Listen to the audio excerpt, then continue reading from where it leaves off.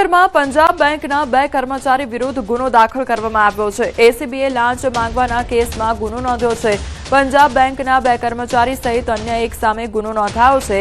PM મુદ્રાની loan પર subsidy મંજૂર કરવા લાંચ માંગવામાં આવી હતી અને બેંક કર્મીઓએ ₹40,000ની માંગણી કરી હતી, તો એસીબીએ છટકું ગોઠવીને કાર્યવાહી હાથ ધરી છે। राज्य सरकार महिला सशक्तिकरणની વાતો કરવામાં આવી રહી છે, ત્યારે બીજી તરફ મહિલાઓ અને યુવતીઓની સુરક્ષા માટે મોટો પ્રશ્ન બની ગયો છે। પોલીસની છબી પ્રજામાં સુધરે તે માટે સરકારની સાથે પોલીસ વિભાગ પણ સતત પ્રયાસ કરે છે, પરંતુ કેટલાક માથે ચડાવેલા પોલીસ કર્મીઓના કારણે પોલીસની છબી સુધરવાને બદલે વધુ ખરાબ થઈ ગઈ છે।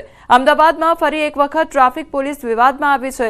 ટ્રાફિક પોલીસ હેડ કોન્સ્ટેબલ જયંતિ ઝાલાએ યુવતીને લાફો ઝીકી તેની સાથે બોલાચાલી કરી હતી, જે અંગેનો વિડીયો પણ વાયરલ થયો છે। વિવાદ વધુ વકરતા ઉચ્ચ અધિકારીઓએ હાલ પોલીસ કોન્સ્ટેબલને ફરજ મોકૂફ કરવામાં આવ્યા છે। યુવતીએ આક્ષેપ કરતા કહ્યું કે જ્યારે તે અંજલિ 4 રસ્તા તરફથી વાસણા બાજુ જઈ રહી હતી ત્યારે ટ્રાફિક પોલીસે તેને અટકાવી હતી અને તેની પાસે લાયસન્સની માંગણી કરી હતી। જો કે યુવતીએ તેનું વ્હીકલ સાઈડમાં કરી લાયસન્સ બતાવવા માટે કહ્યું હતું। બાદમાં યુવતીએ પોલીસ પાસે આઈ કાર્ડ માંગતા પોલીસ કર્મીએ તેને આઈ કાર્ડ બતાવ્યું હતું, પરંતુ પરત આપતી વખતે આઈ કાર્ડ નીચે પડી જતા પોલીસ કર્મચારી ઉશ્કેરાઈ ગયો હતો અને યુવતીને જ નીચે પડેલા આઈ કાર્ડ લઈ હાથમાં આપવા માટે કહ્યું હતું। આ દરમિયાન બંને વચ્ચે ઉગ્ર બોલાચાલી થતા પોલીસ કર્મચારીએ યુવતીને લાફો ઝીકી દીધો હતો। સમગ્ર ઘટનાની જાણ પોલીસને કરતા પાલડી પોલીસ ઘટના સ્થળ પર પહોંચી હતી અને મામલો પોલીસ સ્ટેશન સુધી પહોંચ્યો હતો। જો કે યુવતીનો આક્ષેપ છે કે કલાકો સુધી બેસાડી રાખ્યા બાદ પણ પોલીસે તેની ફરિયાદ લીધી ન હતી અને ટ્રાફિક પોલીસના મારથી તેને દાંત અને કાનમાં ઈજા પણ પહોંચી છે। સ્ટેશન આયા પછી આવીને અમને એક ક્રિશ્ચિયન સાહેબ છે, એમને કહ્યું કે અમે તમારી કમ્પ્લેન નહીં લઈએ।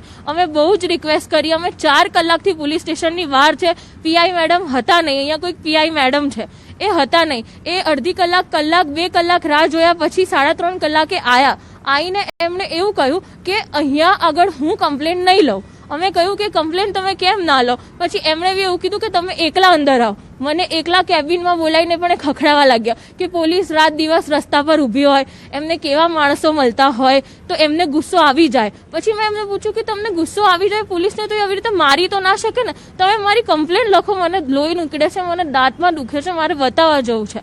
પણ મેડમે બી પોલીસ કમ્પ્લેન લેવાની ના પાડી દીધી અને પછી અત્યારે બી અમે અહીંયા જ ઊભા છીએ અને પોલીસ કમ્પ્લેન લેતી નથી પાલડી પોલીસ સ્ટેશનમાં। તેઓ જ્યારે મહિલા જે નાગરિક હતી તેઓ ટ્રાફિક સિગ્નલનો ભંગ કરતા તેઓને રોકી અને તેઓ પાસે હેલ્મેટ નહીં પહેર્યું હતું તે બાબતે તેઓને પૂછપરછ કરતા તેઓએ ગમે તેમ બોલી અને પોલીસનું આઈ કાર્ડ માગેલ, જેથી પોલીસે આઈ કાર્ડ પણ બતાવેલ, પણ આઈ કાર્ડ તેઓએ નીચે ફેંકી દીધેલ, જે બાબતે ગુસ્સે થઈ અને પોલીસે જોડે ગંદી ગાળો બોલતા હતા બેન, અને એ બાબતે પોલીસે પણ ઉશ્કેરાઈ જઈને પોતે હાથ ઉગામેલ હતો, એવો વિડીયો વાયરલ થયો છે।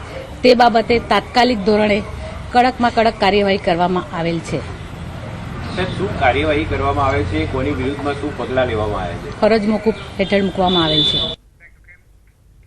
સુરતમાં વધુ એક કોન્સ્ટેબલની દાદાગીરી સામે આવી છે। ઉમરા પોલીસના કોન્સ્ટેબલની દાદાગીરી સીસીટીવી કેમેરામાં કેદ થઈ છે, તો મોડી રાત્રે દુકાન ખુલ્લી રાખવા બદલ વેપારી પર હાથ ઉઠાવવાનો આરોપ લગાવવામાં આવ્યો છે। દુકાનમાં લાગેલા સીસીટીવી કેમેરામાં સમગ્ર ઘટના કેદ થઈ છે, તો વિડીયોમાં કોન્સ્ટેબલ દ્વારા દુકાનદારને લાફો મારતો દેખાયા છે અને હાજર અન્ય વ્યક્તિને પણ ધક્કો મારી મારપીટ કરી કાયદાકીય કાર્યવાહી કરવાની જગ્યાએ મારપીટનો રસ્તો અપનાવવામાં આવ્યો હતો। પોલીસની આવી હરકત સામે ગંભીર પ્રશ્નો પણ ઉભા થયા છે। ગૃહ રાજ્યમંત્રીની સૂચનાઓ છતાં પોલીસની ગેરવર્તણૂક સામે આવી, તો ઘટનાને પગલે સ્થાનિક વેપારીઓમાં ભારે રોષ જોવા મળી રહ્યો છે। વેપારીઓમાં પોલીસ પ્રત્યે ભય અને અવિશ્વાસની લાગણી જોવા મળી રહી છે, તો ભયના કારણે ભોગ બનનાર વેપારી હજી સુધી સામે આવ્યો નથી। પોલીસની છબી પર આવી ઘટનાથી દાગ લાગ્યો। સોશિયલ મીડિયા પર વિડીયો વાયરલ થતા અનેક ચર્ચાઓ તેજ થઈ છે।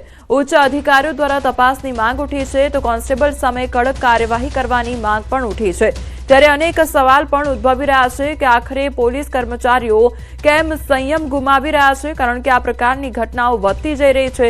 પોલીસ ગેરવર્તણૂક પર કેમ ઉતરી આવી છે તેને લઈને પણ અનેક સવાલ ઉદ્ભવી રહ્યા છે। આખરે કાયદો તેમના હાથમાં કેમ લેવામાં આવ્યો? પોલીસના વર્તનમાં સુધારો ક્યારે આવશે તેને લઈને પણ સવાલ ઉદ્ભવી રહ્યા છે। ત્યારે પોલીસ જ સંયમ ભૂલી જશે તો પછી નિયમોનું પાલન કેવી રીતે કરાવવામાં આવશે તેને લઈને પણ ઘણા સવાલ ઉદ્ભવી રહ્યા છે।